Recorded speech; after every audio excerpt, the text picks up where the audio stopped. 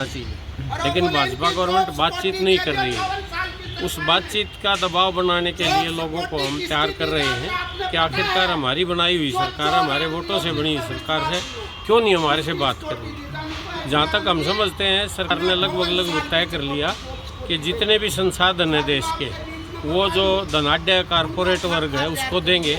गरीब है, किसान है, मजदूर है, कर्मचारी है, छोटा दुकानदार है, रेडी फड़ी वाला है, उसके बाटे खाना खाने का 2 समय का भी नहीं छोड़ेंगे। तो इसलिए हम कह रहे हैं कि हमारी जो डिमांड है, खासकर 8वें वेतन आयोग में ये कह दिया कि रिटायरी को लाभ नहीं मिलेगा। वो वेतन आयोग की जो टर्म ऑफ रेफरेंस है उनमें सरकार नोटिफाई करे, ये गलतफहमी दूर करे, स्पष्ट करे कि रिटायरी को भी लाभ मिलेगा। और इसके साथ हमारी 65, 70, 75 साल पर पेंशन बढ़ती है 10 और 20%, वो बढ़ाई जाए। LTC हम सब कर्मचारियों को शुरू के साल में ही दी जाए, क्योंकि जैसे जैसे उम्र बढ़ती है तो गुजर जाते हैं। हमारे जो 70 साल के हैं वो 7% ही जीवित रहते हैं, तो हमारे 93% साथी तो चले जाते हैं। तो 90 साल 80 साल उनकी तो देने का औचित्य नहीं, तो हम ये कहते हैं कि पहले साल में ही दें। ऐसे ही हवाई जहाज़, रेल, बस में हमारा 50% सीनियर सिटीजन का कंसेशन था, वो रेल जहाज़ का तो ख़त्म कर दिया और बसों में AC बस का ख़त्म कर दिया। मेडिकल की कोई सुविधा सरकार दे नहीं रही, हमें मिलती थी वो बंद कर ली। और ये दूसरी जो लेके आए थे कैशलेस, उसका कोई लेटर जारी नहीं किया, ना हमारे ID कार्ड जाए। तो हम दर दर भटक रहे हैं, ना हमारा कोई कैशलेस में हो रहा है और ना ही दूसरे।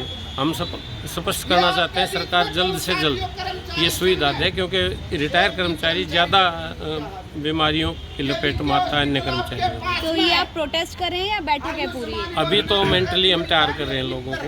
प्रोटेस्ट उसके बाद करेंगे जब सभी जिलों की हम लोगों को तैयार कर लेंगे संगठन के तौर पर। ये पूरी आपने फरीदाबाद की बैठक बुलाई है, फरीदाबाद के सारे नगर निगम के अधिकारी? नगर निगम नहीं, सभी कर्मचारी हैं। हाँ, बिजली के भी हैं, रोडवेज के भी हैं, टीचर भी हैं, जो भी रिटायर अगर सरकारी महकमे से, बोर्ड से, कारपोरेशन से। अगर ये बात सरकार नहीं मानती है तो आगे आपका कदम क्या होगा? अगला कदम हम ये कहना चाहते हैं कि हम सरकार का ऐसा करेंगे कि उसका जो जन समर्थन है वो कम। हम कोई बूढ़े आदमी ये सीधी लड़ाई तो लड़ नहीं सकते जी कि भाई हम कोई भूख हड़ताल कर दे, पहले मरे पड़े हैं और जल्दी। तो हम लोगों के पास जाएंगे और लोगों को कहेंगे कि सरकार हमारी बात मान नहीं रही है, गलत सरकार चुन रही, और हमें आने वाले समय में सावधान रहना चाहिए। ऐसी सरकार हो जो किसानों के, मजदूर के, कर्मचारी के हित की सरकार हो, रिटायरी के, गरीब आदमी के हित की सरकार हो।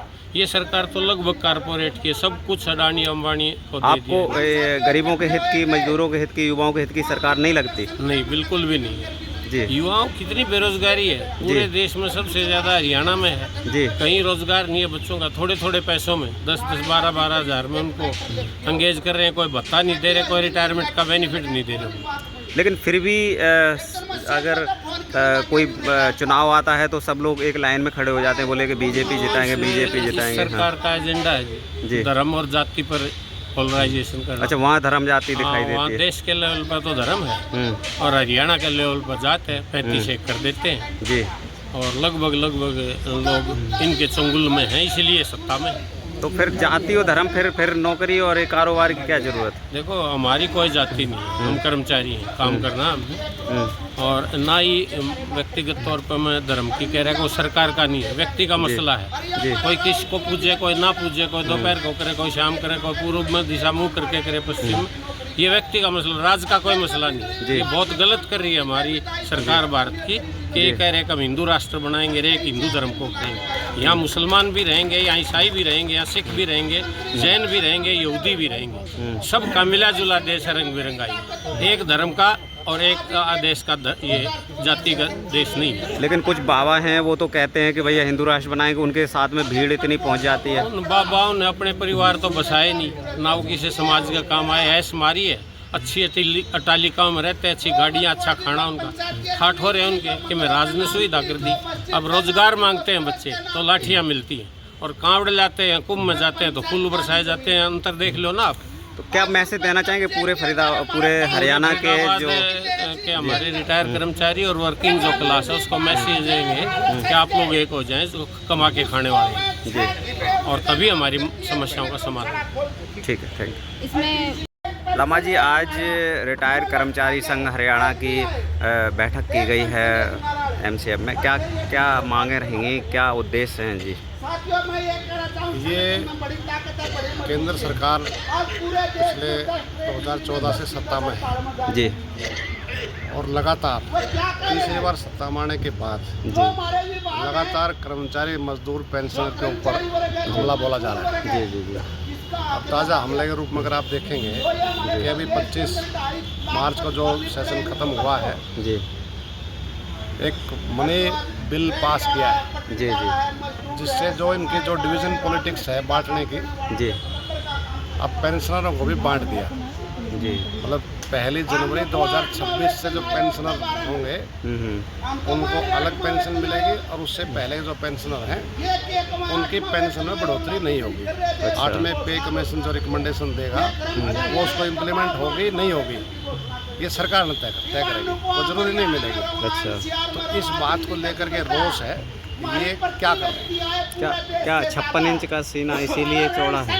56 इंच का सीना इन सीनियर सिटीजन के लिए दिखा रहे हैं। अमेरिका से दिखाएं जो बेड़ियों में नौजवानों को आ रहा है, जी जो टैरिफ बढ़ाता जा रहा है उससे दिखाएं, लेकिन वहाँ न्यूनतम नहीं है। वहाँ सस्ता। दूसरा, श्रम कानून बदल दिए गए, लेबर जी। कोड बना दिए गए। 6 घंटे के बजाय 12 घंटे ड्यूटी होगी। 300 कर्मचारियों की कहीं भी छटनी कर सकते हैं, किसी की परमिशन लेने की जरूरत नहीं है। 40 कर्मचारी कहीं होंगे, कोई कानून के ऊपर लागू नहीं होगा। हड़ताल करेंगे तो जेल की सज़ा हो जाएगी, जुर्माना लग जाएगा। तो इन सारे इश्यूज को लेकर के 20 मई को पूरा देश का कर्मचारी, मजदूर, बैंक, बीमा, डिफेंस, रेलवे सब मिलकर के राष्ट्रव्यापी हड़ताल करने जा रहे हैं। तो इसलिए जो पेंशनर्स हैं वो भी इसमें पार्टिसिपेट करें। क्या लगता है कहीं लोकतंत्र बच रहा है, बच पाएगा कहीं किसी कोने में? जो ऐसी तानाशाही, मतलब जो वर्कर है उसी का पेट नहीं भरना चाहते हैं, उसी को।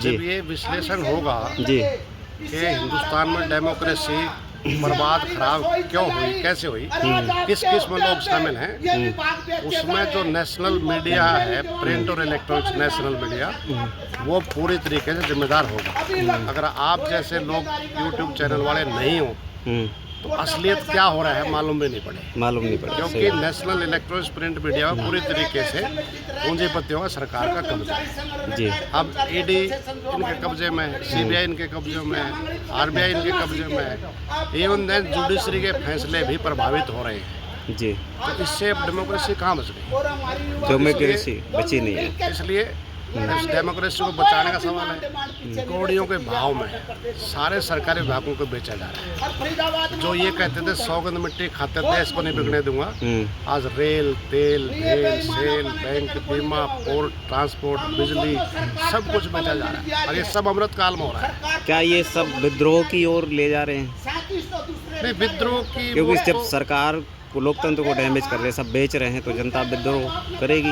लोगों को डराया है जी, विपक्ष को डरा लिया जी, और ये सारे जो संवैधानिक संस्थाएं हैं, इलेक्शन कमीशन है, सबको डरा लिया। जी अब तो जनता को ही खड़ा होना पड़ेगा, जनता ही इनका मुकाबला कर पाएगी, क्योंकि इलेक्शन कमीशन का आप देख रहे हैं जी। हम तो चुनाव करवाने वाले हैं। आज वोट क्या आपके प्रतिनिधि को जाता है? अरे वोट तो लगता है। इलेक्शन ड्यूटी में जो कर्मचारी लग रहे हैं उनको वोट ही डालने का अधिकार नहीं दिया। आपकी बार कारपोरेशन का चुनाव हुआ, हमने उठाया, क्या हुआ उसमें? अच्छा, उनको भी वोट नहीं डालने दिया, यानी कि टोटल तानाशाही। बैलेट जी पेपर ही नहीं दिखा दिया उनको, वोट अच्छा। कहाँ से डाले वो? मतलब अब ये और क्या है, जितनी वोट गिरती हैं शाम को 7 बजे 17 फार्म दस्तखत होता है। टोटल पोल कितनी हुई है, कितनी गिनती होगी, टोटल कितनी पोल हुई है, परसेंटेज कितना है। लोकसभा चुनाव में जितनी पोलिंग हुई है और जितनी काउंटिंग हुए 5 करोड़ वोट ज़्यादा है। 5 करोड़ 79 सीटें प्रभावित हो रही हैं। पेटिशन दे रखी है इलेक्शन कमीशन को पॉलिटिकल पार्टियों ने, कोई सुनवाई नहीं होती। मतलब आप इलेक्शन कमीशन कौन बनेगा, कमिश्नर कौन बनेगा, उसका मैकेनिज्म देखिए क्या हालत बना रखी है। तो कोई साधारण स्थिति क्या नहीं है। क्या क्या मैसेज देना चाहेंगे अपने पूरे देश की जनता को? मैसेज तो हम ये कह रहे हैं कि अगर ये जाति और धर्म के नाम पर मतलब 4 मुसलमानों को गाली दो, सब लोग इकट्ठे हो तो वो 20% है, 80% अपने आप इकट्ठे हो, कुछ करने की जरूरत नहीं है। जब तक ये जाति और धर्म के नाम पर ये वोटिंग पैटर्न चलेगा, जब तक बहुत खराब स्थिति रहेगी। तो इसलिए सभी ने जो ये कहते हैं ना, एक रहेंगे तो सेफ रहेंगे, हम भी यही कह रहे हैं कि किसान, मजदूर, छात्र, नौजवान, महिलाएं सब मिल करके नौकरी की मांग करें, सरकारी सेक्टर को बचाने की मांग करें, महंगाई की बात करें, बेरोजगारी की बात करें। ये मुद्दे होने चाहिए। मुद्दे ये जो चला रहे हैं, नैरेटिव चला रहे हैं, लोग उसमें बह रहे हैं, तो लोगों की समझ में आएगी जब बहुत कुछ नुकसान हो चुका होगा। मतलब थोड़े दिनों के बाद आप देखेंगे किस प्रकार से आर्थिक मंदी आ रही है, कर्जे में डूबे जा रहे हैं। तो ये इन सारे इश्यूज को लेकर के कैंपेन पूरा देश में हम चलाएंगे। अरवा जी, आज रिटायर कर्मचारी संघ हरियाणा की एक बैठक की गई है फरीदाबाद में, क्या कहना चाहिए, क्या मुद्दे रहेंगे जी? देखिए, रिटायर्ड कर्मचारी संघ के जो मेन मुद्दे हैं वो एक तो अभी पीछे संसद में केंद्र सरकार ने बिल पास किया है कि 8वें वेतन आयोग का बेनिफिट पेंशन को नहीं दिया जाए जी। उसे लेकर के रिटायर्ड कर्मचारियों में बहुत गुस्सा है। दूसरा, जो पहले से हम डिमांड करते रहे हैं कि हमारा जो कैशलेस चिकित्सा है, देखो उम्र हो जाती है रिटायर्ड कर्मचारी को, उनको बीमार ज़्यादा होते हैं, तो कैशलेस चिकित्सा का लाभ नहीं दिया जा रहा। और हमारी जो पेंशन में बढ़ोतरी होती है वो 80 साल होने के बाद 20% करती है सरकार, और तब तक कर्मचारी मेरे 2% बचते हैं। तो हमारी डिमांड है 65, 70, 75 साल के बाद बराबर बढ़ोतरी की जाए ताकि इसको लाभ मिले।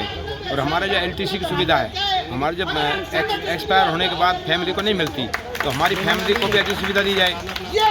और हमारा ये जो कॉम्पिटिशन जो हमारी पेंशन रिटायरमेंट के बाद इकट्ठी लेते हैं वो 15 साल में रिकवरी करती है सरकार अब, जबकि ब्याज दर घट गई है। तो उस हिसाब से 10 साल में रिकवरी होनी चाहिए, वो सरकार नहीं कर रही है।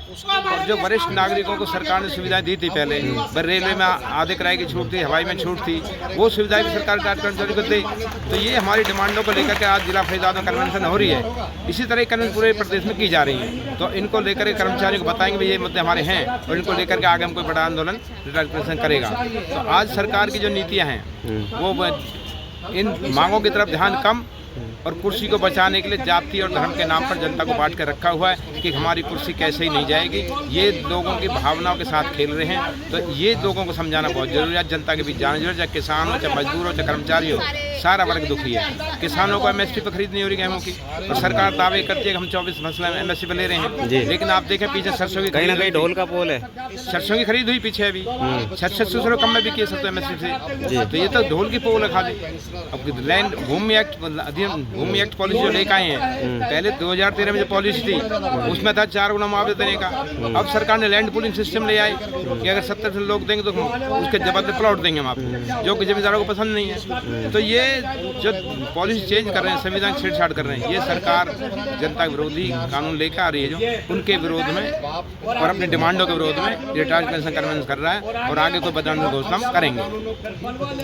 क्या लगता है कि ये जो OPS की भी लड़ाई थी पहले, तो वो भी अब उस पर भी कुछ रहेगा?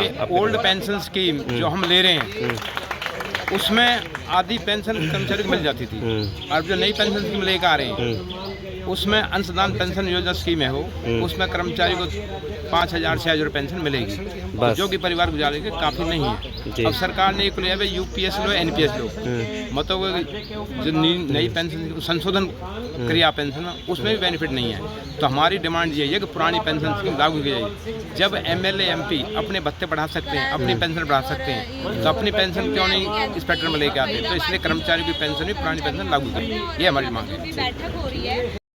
तो मैं तो ये कहना चाहता हूँ सरकार को आपकी बातों को मानना पड़ेगा, आज नहीं तो कल मानेगा। और ज़्यादा ना कहते हुए बल्लभ ब्लॉक की तरफ से मैं आह्वान करता हूँ और साथियों को विश्वास देता हूँ एक बढ़ चढ़ कर हिस्सा लेंगे, आगे भी लेंगे। और आप भी लिया है। जय वर्कर, जय यूनियन, जय एकता। साथियों, अब आपके बीच में बड़गल ब्लॉक के प्रधान साथी रति राम जी और भाई लज्जा राम जी और बल्लभ उसके ब्लॉक के प्रधान है अपने। साथियों, आज जो स्थिति बनी हुई है, सरकार जो है कर्मचारी या जो है रिटायरमेंट कर्मचारियों को कुछ देने की बजाय और जो है छीनने की तरफ को जा रही। इसलिए साथियों, क्योंकि अभी आपने सुना होगा, पेपर में भी आया होगा, मीडिया के माध्यम से जो है सुना होगा कि यहाँ के जो एमपी हैं, यहाँ के जो विधायक हैं, उनको जो है 24-24 हज़ार रुपये बढ़ा दिए, और जो कर्मचारी है, चाहे वो रिटायर कर्मचारी है या वर्तमान में कर्मचारी है, उनको साथियों 2% किस्त दी, जबकि पिछली बार 3 की दी थी, उससे पहले 4 की दी थी, लेकिन पहले 4 की देकर 3 कर दिए, 3 से अब 2 कर दी, बढ़ाने की बजाय घटा दी। तो इस तरह की स्थिति जो है कर्मचारियों के साथ जो है ये सरकार दोहरा व्यवहार कर रही साथियों। तो ऐसे में साथियों हमें एकजुट होकर और इसका जो है मुंह तोड़ जवाब देना पड़ेगा। और ज़्यादा बात साथियों मैं नहीं करूँगा, क्योंकि जो है प्रांतीय नेता हमारे बीच में है, वे आपको जो है डिटेल में बताएंगे कि भाई पेंशन वालों को 8वां वेतन मिलेगा नहीं मिलेगा, क्या सरकार की नीति है, क्या स्थिति है, वे स्पष्ट करेंगे। और मैं तो ये भरोसा दिलाऊंगा कि जो है यहाँ का कर्मचारी, यहाँ का जो रिटायरमेंट कर्मचारी है, वो सारा एकजुट है, और आप जब भी आह्वान करोगे, जो भी आह्वान करोगे, उसमें बढ़ चढ़ कर भाग लेगा। धन्यवाद साहब।